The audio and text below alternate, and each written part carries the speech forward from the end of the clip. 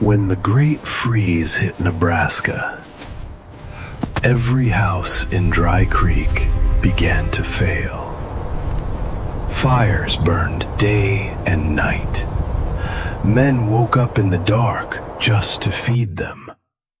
Wood piles disappeared faster than anyone had planned, and still, the cold kept coming. It didn't rush in. It didn't break the doors down. It settled, slow, constant, unforgiving. And one by one, cabins that had stood for years began to lose the fight. Except one. One small cabin on the edge of the settlement, the strangest one in the valley. The one people had been laughing at for weeks. A house that looked wrong. Too low, too buried, ringed by a trench no one could explain. Inside that cabin, there was no panic, no frantic movement, no fire burning out of control. Just two children sitting on the floor in their shirt sleeves. Warm. Not by chance, not by luck, by design. But a year earlier, nothing about that house had worked. Moira Callan had entered her first winter alone with two young children and a cabin that by every standard should have been enough. It had been built by her husband, carefully, deliberately. Thick cottonwood logs, packed seams of mud and grass, a solid stone hearth that held heat well when the fire was strong. In a different place, it would have kept a family safe. But the Nebraska plains were not forgiving, and they were not still. The wind never stopped there. It didn't rise and fall. It didn't pass through. It stayed, day and night, pressing against everything that stood above the ground. And over time, it began to win. Not in ways that were easy to see.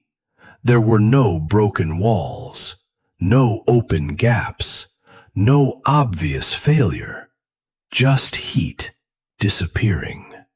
Moira would feed the fire, wait, feel the warmth rise through the room, and then, slowly, it would be gone. She tried to fight it the way everyone else did. More wood, longer fires, hotter burns. But the result was always the same. Temporary warmth, followed by a longer cold. By midwinter, she had burned through nearly 5 full cords of wood. 5. Families around her used 3. Some used less.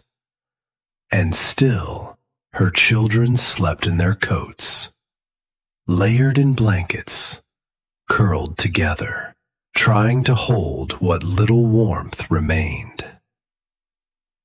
In the mornings, the rags she had stuffed along the floor would be stiff with frost.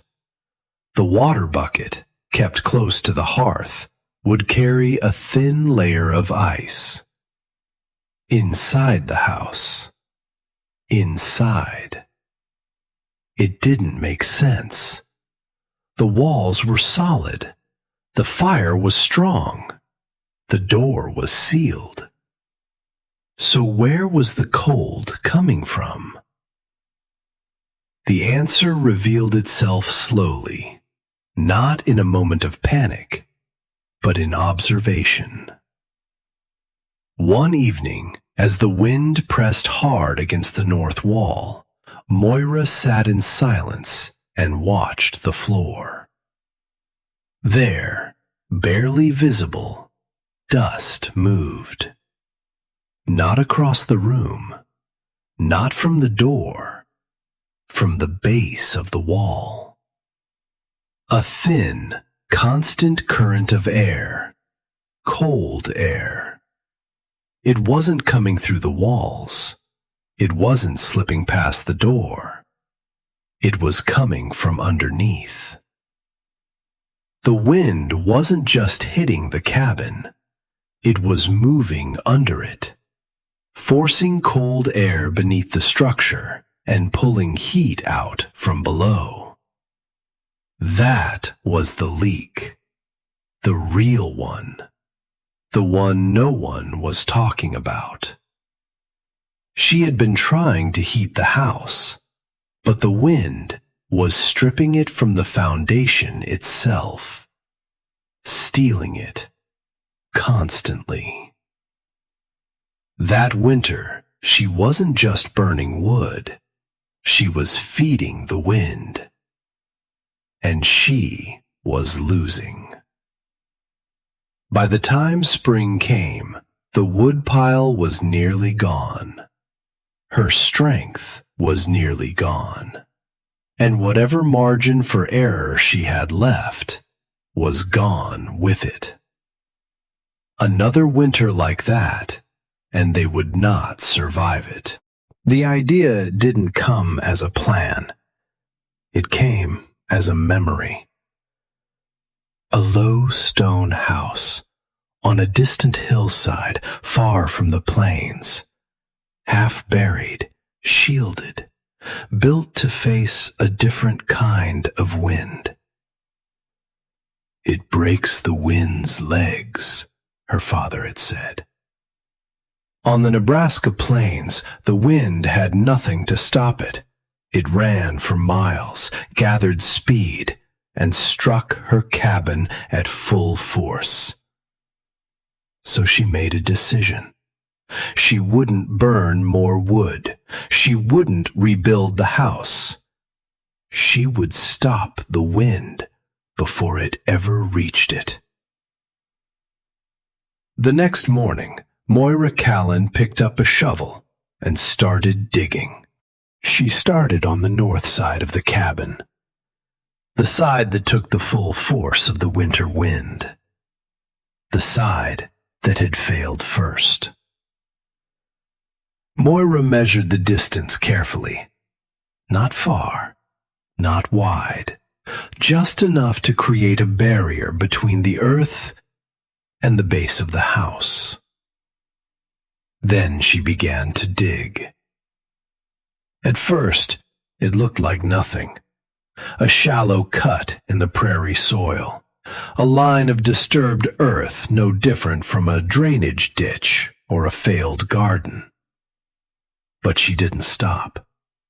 She kept going down, 1 foot, then 2, then deeper. The ground resisted her. Thick grass roots tangled through the soil like rope. The dirt was dense, dry on top, but packed tight beneath. Every inch had to be broken, lifted, thrown aside. Her hands blistered, then hardened. Her shoulders ached before the first day was over. But she kept digging. Because she wasn't building something to be seen. She was building something to work. By the third day, the trench had shape. Straight lines, clean edges, cut close around the cabin, but never touching it. By the end of the first week, it reached her waist. By the second, it was deep enough to disappear into. From the road, people began to notice. Wagons slowed as they passed. Riders turned their heads. Some stopped, watched. A lone woman digging a trench around her own house, day after day. At first, no one said anything. But silence on the plains never lasted long. Once the trench was deep enough, Moira started the second part. She lined the bottom with gravel, rough stone, uneven pieces gathered from the fields. Most farmers threw those rocks away, dragged them to the edge of their land just to clear space. To her, they were structure. The gravel bed mattered. Water would find its way into the trench. Snow would melt. Ice would form. If it stayed, it would destroy everything. So she gave it somewhere to go. Down. Away. Then she began to build. Stone by stone. No mortar, no binding, just weight, balance, and the shape of each piece fitting into the next. A drywall, the kind that didn't fight the ground, it moved with it. The wall rose slowly from the bottom of the trench. One layer, then another. Each stone placed with care, adjusted, set, tested, until the structure held on its own, strong, without force. But the wall was not the point. The space was. Between the stone wall and the cabin itself, she left a gap. Narrow, controlled, deliberate. 30 inches of open air. That was the system. Not stone, not earth. Air, still air. The wind could strike the outer wall. It could push against the earth berm. It could howl over the top. But inside that gap, it would stop. And when air stopped moving, it stopped stealing heat. Moira didn't have numbers. She didn't need them. She had felt the difference her entire life. Wind took. Stillness held. She worked her way around the cabin. North wall first, then east, then south. Each side taking days, each section harder than the last. The trench grew into a shape no one in Dry Creek had ever seen before. From a distance, it looked wrong, like the ground was swallowing the house, or like someone had started digging a grave and never stopped. By the third week, people were no longer just watching. They were talking. At the trading post, at the well, on the road. She's digging too close to the foundation. That'll fill with water. The logs will rot before spring. The explanations came easy, because what she was doing didn't match anything they understood. By the fourth week, the trench circled the entire cabin, unbroken, deliberate. Moira added the final layer. She built the stone wall above ground level, then packed the excavated earth against the outside, forming a low, sloped berm. Wind would hit it, climb it, lose strength. And what reached the cabin would be weaker, slower, less violent. She left small openings at the corners, shielded, narrow. The system had to breathe, but it could not leak. When she finished, the cabin no longer stood on the prairie. It sat inside it. Lower, heavier, protected. From the road, it looked like something was wrong, like the house had sunk, or been buried, or abandoned halfway through construction. And that was when the laughter started. The laughter didn't come all at once. It started small. A glance, a pause too long on the road, a rider turning back for one more look. Then the comments began. "She's digging her own grave. Too much time alone will do that. Grief makes people strange." At first, they said it quietly, but the trench kept growing, and so did the certainty that something wasn't right. The first man to speak to her directly was Ephraim Holt, the best builder in Dry Creek. He had framed half the cabins in the settlement, repaired the rest. A man whose word carried weight.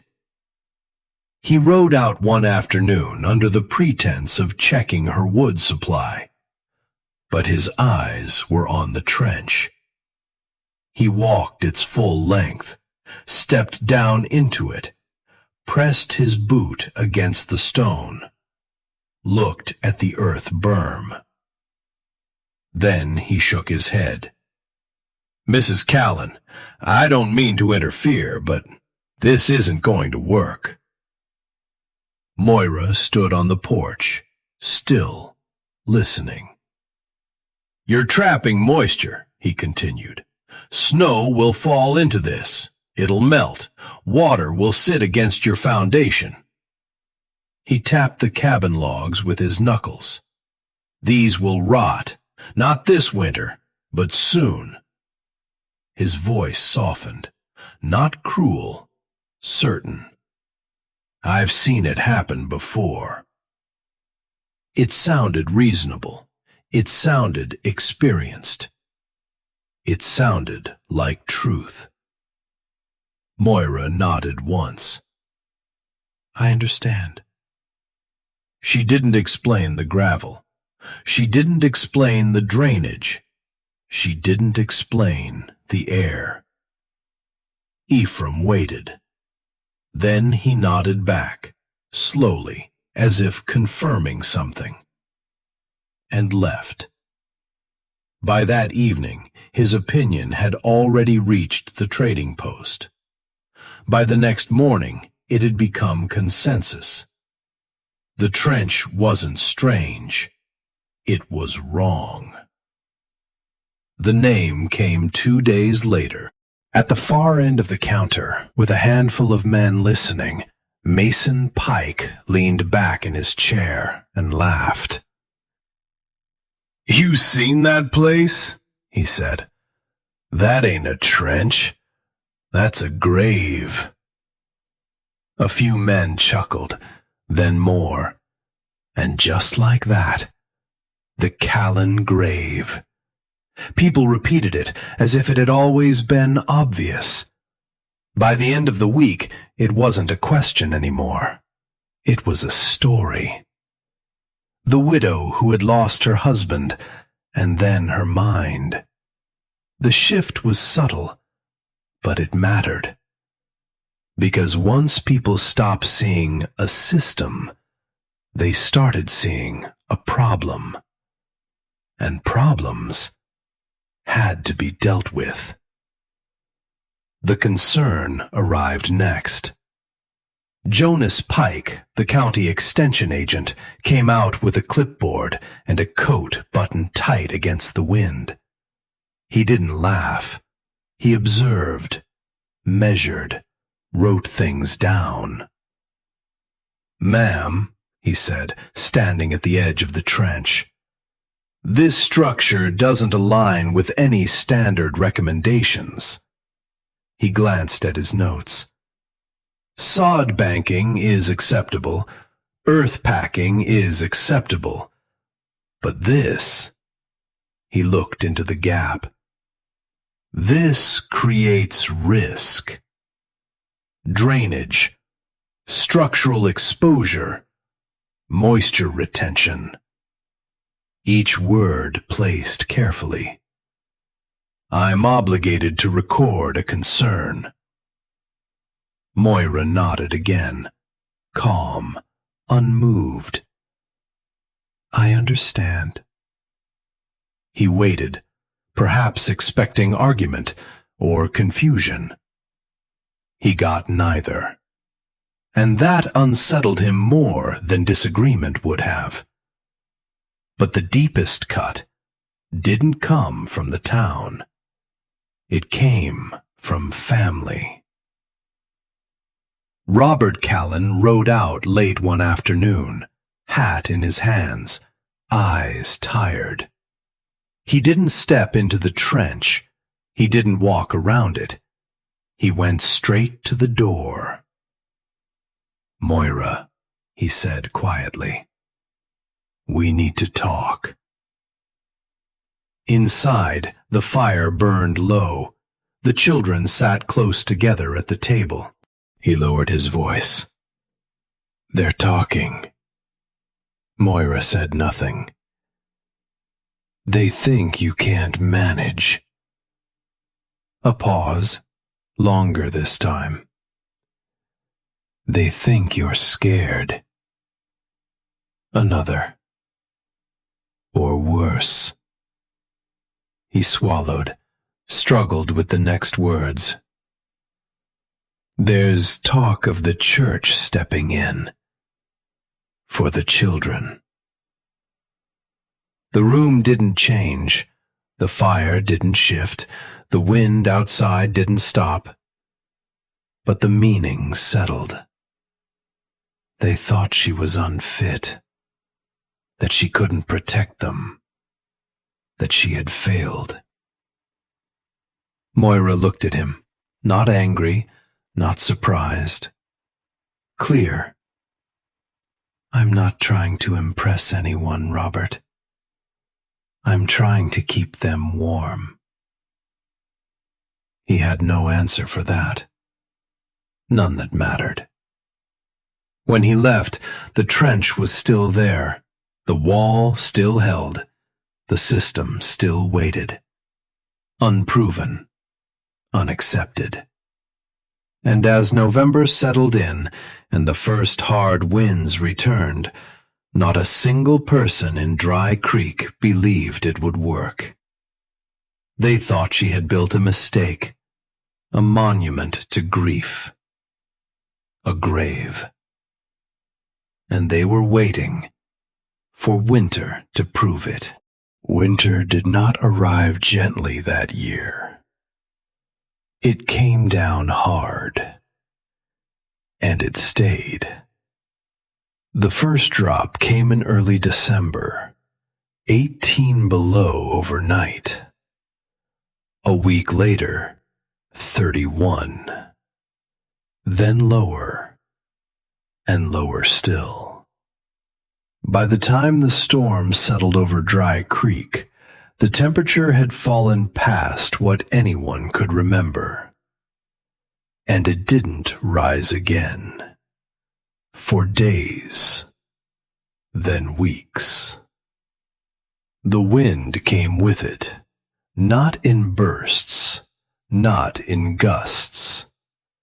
Constant, relentless, a force that never stopped pressing. Snow didn't fall. It moved, sideways, driven across the prairie until the horizon disappeared completely. Fences vanished, roads closed, barn doors froze shut, and inside the cabins, the fight began. Men woke every 2 hours to feed the fire. Women stuffed cloth into cracks until their hands went numb. Children slept in layers so thick they could barely move. Still, the cold kept pushing in. Heat didn't hold. It leaked. It vanished. It was taken. Wood piles shrank faster than they had all year. carefully measured supplies gone in half the time. Families began burning anything that would catch: fence posts, broken furniture, even parts of their own walls. And still, it wasn't enough. Inside most homes, the temperature never climbed past the low 40s. Near the floor, it was worse. Cold settled there, heavy, unmoving. Children coughed, deep, persistent, the kind of cough that didn't leave when winter did. At the Holt place, Ephraim's own house, the one considered the best built in the valley, they were burning nearly a cord every 6 days, and still holding barely 45 degrees. At the Pike Ranch, 2 cords a month, 42 degrees in the main room, and at night, less. The system was failing everywhere. Then, people began to notice something strange. It started with a rider, a man trying to reach the next settlement through the storm. He passed the Callan place at midday, visibility low, wind cutting across the land. He expected chaos, smoke pouring from the chimney, someone outside hauling wood. Instead, he saw something else. A thin line of smoke. Light, steady, not the heavy, desperate plume of a fire being pushed to its limit. Just enough. He didn't stop, couldn't, but he remembered it. A few days later, someone else saw her. Moira Callan, stepping outside the cabin, not layered in heavy coats, not wrapped in blankets, just a thick shawl and a simple dress. She walked to the woodpile, picked up a few pieces, not rushing, not struggling, and went back inside. At 25 below. The man who saw it didn't understand what he was looking at. He didn't mention it right away, because it didn't make sense. But when he did, others started thinking, comparing, noticing. The Callan place was quiet. Too quiet. No constant chopping, no frantic movement, no signs of strain. Just that same thin line of smoke, day after day, while the rest of Dry Creek was being pushed to its limit. By the 3rd week, the settlement had changed. The cold wasn't just weather anymore. It was pressure.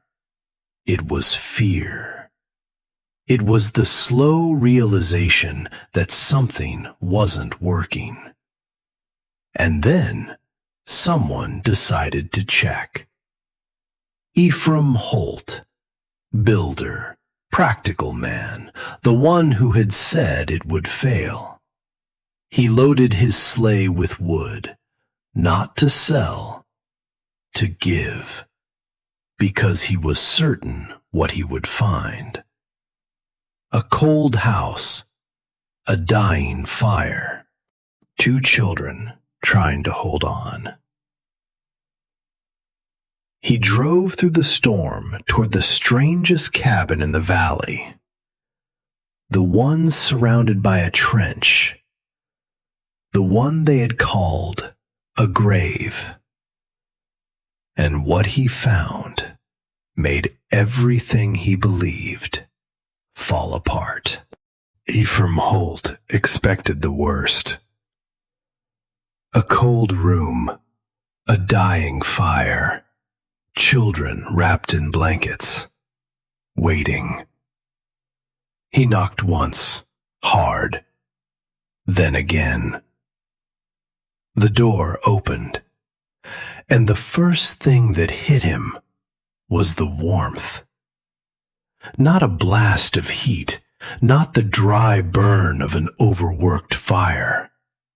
A steady warmth, even, quiet, like stepping into a different season. He stood there for a moment, unable to move. Moira Callan held the door, calm, composed. "Mr. Holt," she said, "come in." He stepped inside, closed the door behind him, and the wind was gone. Not weakened, not reduced. Gone. The sound of it dropped away completely. What remained was silence and warmth. His eyes adjusted slowly. Then he saw them. The children, sitting on the floor, playing, in simple cotton shirts. No coats, no blankets. They weren't shivering. They weren't even close to the fire. They were just comfortable. Ephraim turned slowly, looking at the walls, the floor, the corners of the room, searching for the trick. "How much wood are you burning?" he asked. Moira didn't hesitate. "Just over half a cord a month." He stared at her. That number didn't fit. Didn't match anything he had seen in the past 3 weeks. People were burning that much in days. He stepped further inside, toward the wall. A thermometer hung there, simple, unremarkable. He leaned closer, squinted. The mercury held steady, 59 degrees. He didn't speak. Outside, it was 36 below. That was a difference of nearly 100 degrees, maintained in a log cabin with a small fire. It wasn't possible, and yet it was there. He moved to the north wall, placed his hand against the logs. Cool, but not cold. Not bleeding heat. Then he crouched, near the floor, the place where every other house in Dry Creek was losing the battle. He waited, felt for it. Nothing. No draft, no current, no invisible stream of cold air stealing warmth away. Just stillness. He stood again, slowly, and for the first time in years, Ephraim Holt didn't have an answer. He had built houses his entire life, repaired them, improved them. He knew where heat escaped. He knew how cold entered. But this was different. This wasn't stronger. It wasn't thicker. It was smarter. His eyes moved to the door, to the trench beyond it, and in that moment, he understood. The wall wasn't stopping the cold. It was stopping the wind. And without the wind, the cold lost its power. He let out a breath he hadn't realized he was holding, and when he spoke, his voice was quieter than before. We've been doing this wrong for a long time. Moira didn't answer. She didn't need to.